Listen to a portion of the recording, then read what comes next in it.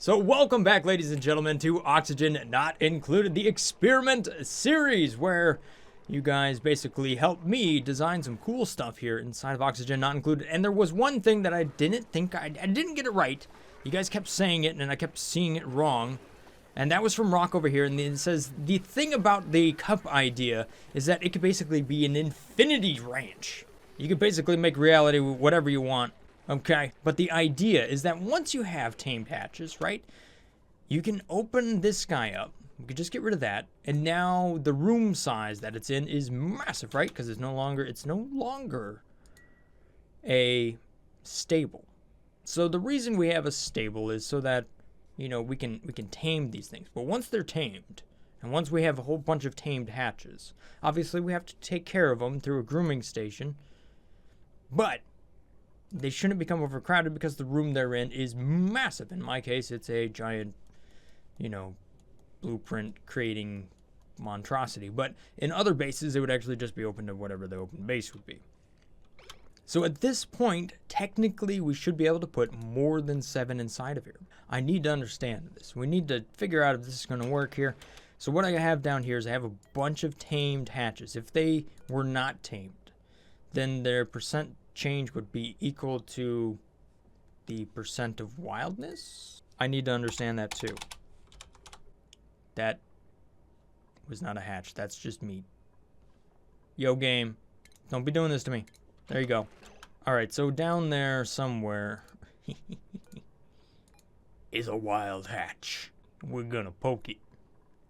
No, I'm just kidding. There it is. So here it is, wild. It's being groomed, and its wildness is going down by 50% per cycle. What's the point of having this stable? I feel a patch incoming. See, now they're just overcrowded.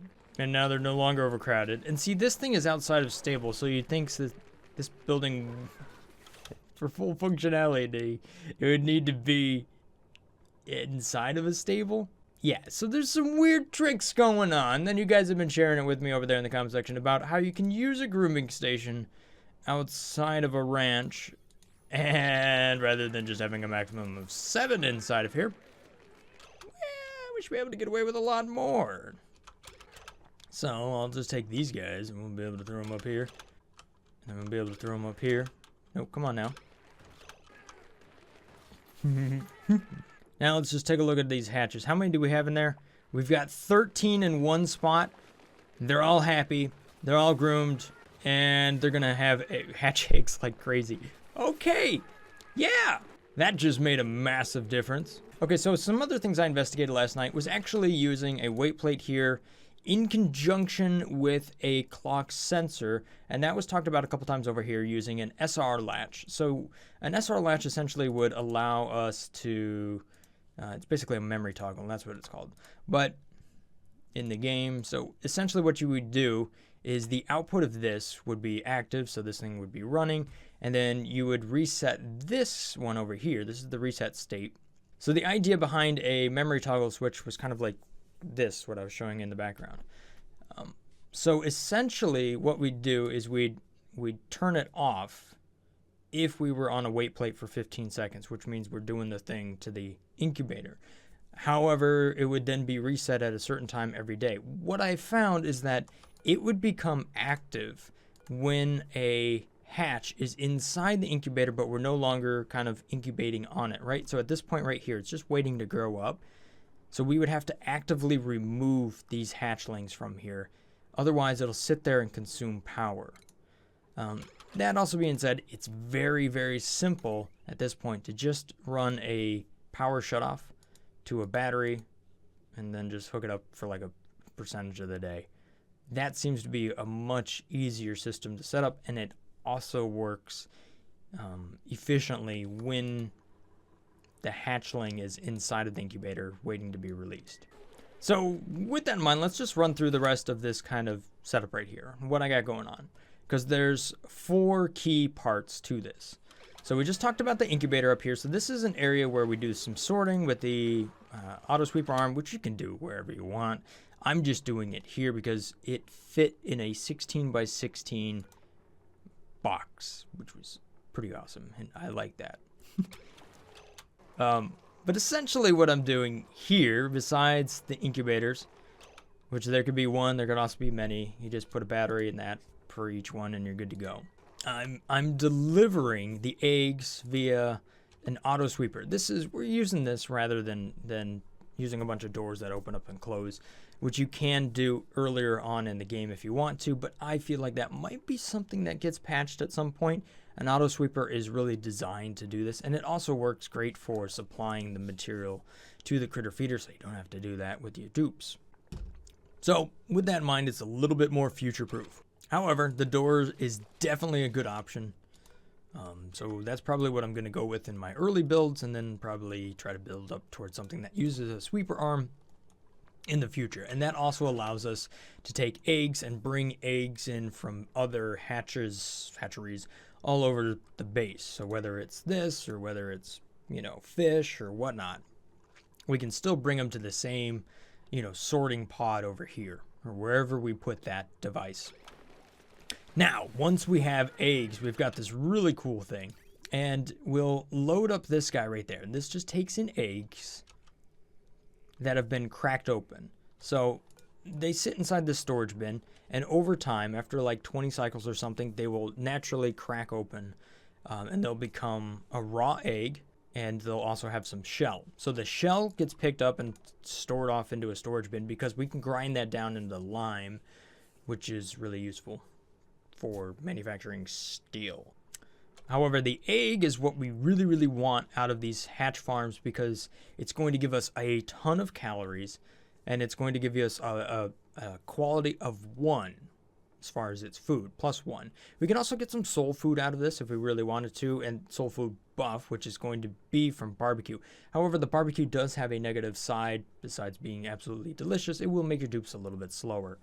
So I've kind of configured this in such a way to where I am not running the incubator as much, so therefore I'm getting less meat out of it. However, I'm getting more eggs out of it, so I get lots and lots of omelets, so I can make lots and lots of food from that. So if I just get rid of meat and omelets, we can kind of clear this up, and I'll put it right back in there.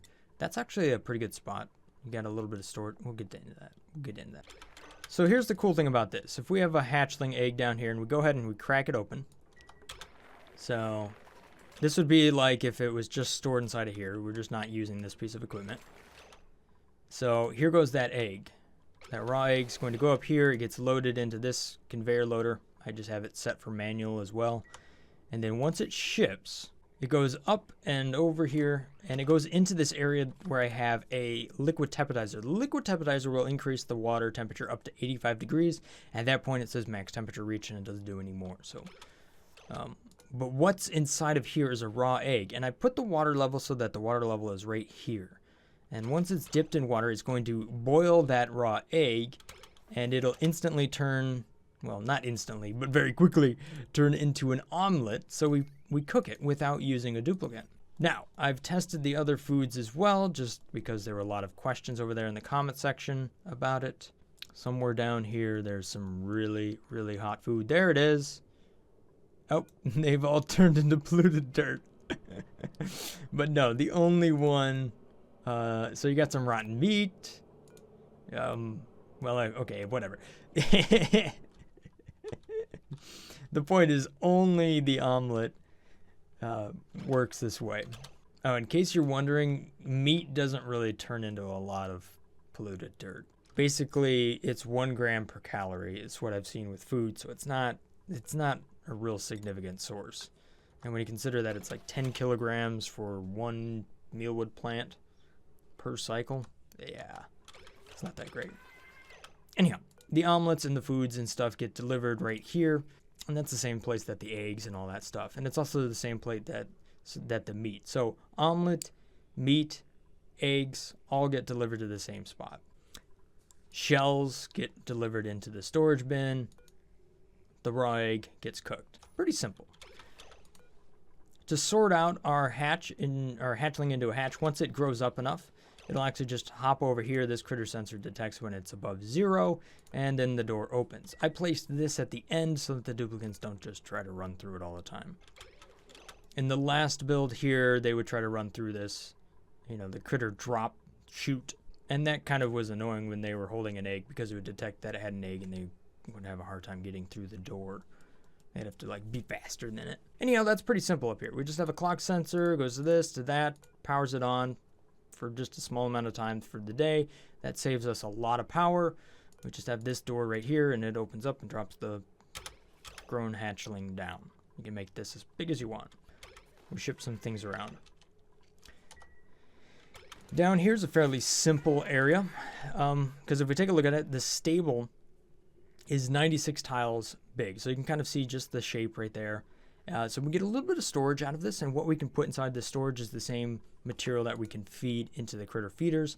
Therefore, we can do a lot of delivering with the auto sweeper arm, right? So we can just kind of take this stuff, put it down there.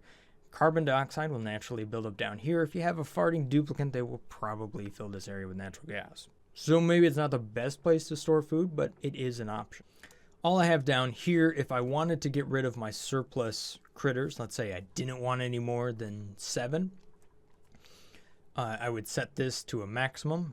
I'm gonna set it to 13 right now, and this is a priority of 6. So they'll just deliver them to this spot. And what happens here is you're going to see that they're going to wrangle up one of those, and there we have a hatch that is, has been wrangled up, and we're going to get rid of them. So over here is the drown tank for our hatch, and that's going to turn them into food without having to attack the thing, which would then bring all of your duplicants over there if they all had the same job, sort of deal.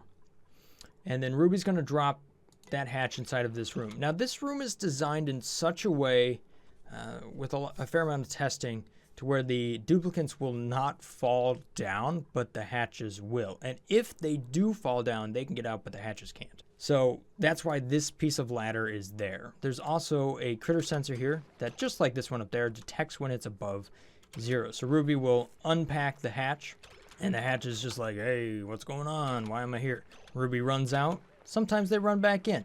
They tend to do that sort of thing because they're a duplicant. And then the hatch is like, I really want to get out, but it's probably not going to happen. Anyhow, down here, I have a filter gate, and you can set this to be a little bit lower. I could set this to be like 5 seconds. Anyhow, that opens up the doors. The doors open up, and since they're vertical, hatches will fall through. If it was horizontal, the hatch wouldn't fall through.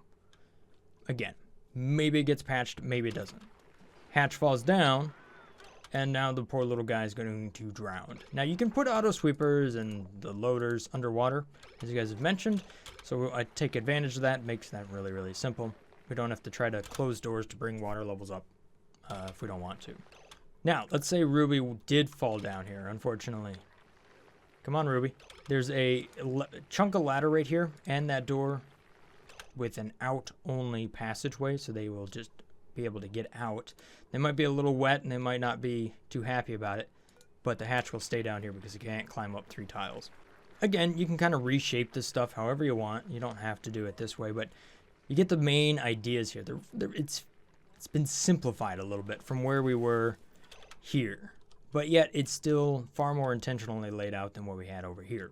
Now, as Rox was talking about in the previous comment, and many of you guys others mentioned, you can get rid of one of these tiles once we kind of get into this, and then we lose the stable for whatever reason. This thing still works, and now I have more hatches, and they are happy because they are not overcrowded in this room. So in this case, I can say, hey, I want 20 hatches in this room, or I could just say I just want all the hatches in the world by unselecting the auto wrangle thing and then not needing that at all.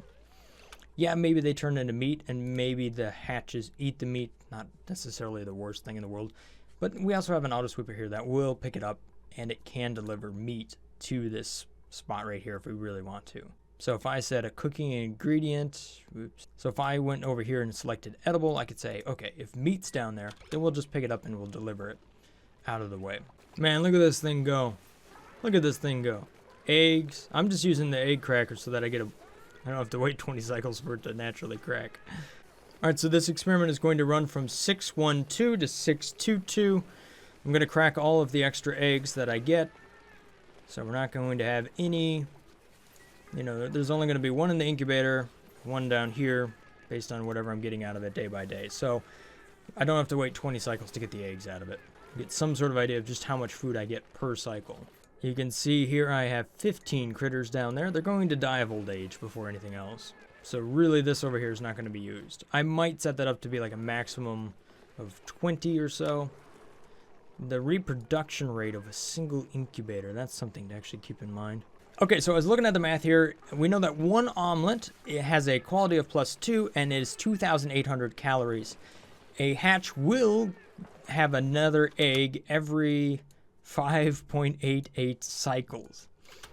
So when you do the math there, it's 476 calories per day per hatch. Since I can support 11 live hatches for one incubator, that means essentially one incubator up here that we never actually remove anything from will generate 5,238 calories per cycle at a quality of +2.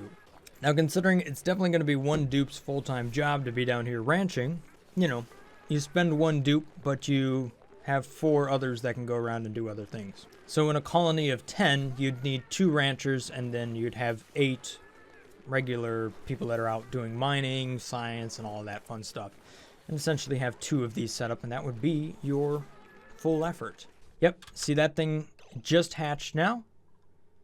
It's tame, it's falling, it's hungry, and it's a little glum, so it's gonna run on over here pretty soon, and then whoop, there it goes.